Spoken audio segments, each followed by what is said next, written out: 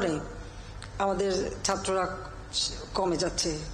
পাশের হারের ক্ষেত্রে দেখা যায় অনেক ক্ষেত্রে মেয়েরাই অগ্রগামী। সরকার খতিয়ে দেখতে চাইছে রে, কেন চাইছে? আমি করছি কেমনে পিছিয়ে যাচ্ছে এই পরীক্ষায় মেয়েরাই।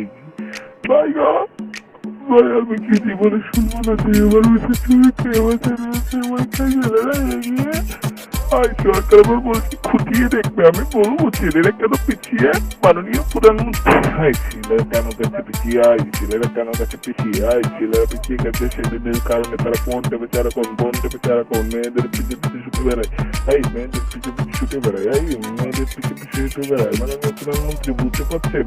আগে মানুষ কলেজে উঠলে মেয়েদের পিছিয়ে পিছিয়ে ছুটে বেড়াতো, কিন্তু এখন তো ছেলেরা মেয়েদের পিছিয়ে ছুটে বেড়ায় ফাইভ থেকে। মাননীয় প্রধানমন্ত্রী এখন দেশটা হয়ে গেছে প্রেমের দেশ, ভালোবাসার দেশ। এখন আমাদের দেশে প্রেমের এখন সব মেয়েদের পিছনে ছুটে, ছেলেগুলো সব মেয়েদের পিছনে ছুটে। ভাই ছেলেগুলো সব মেয়েদের পিছনে ছুটে, ছেলেগুলো সব মনে করে যে মেয়েদের কাছে কি জানে আছে, মেয়েদের কাছে কি জানে আছে, মেয়েদের কাছে কি জানে আছে। ভাই মেয়েদের কাছে তো কিছুই নাই, তোমরা কি ভাবো? মেয়েদের কাছে অনেক কিছু আছে না?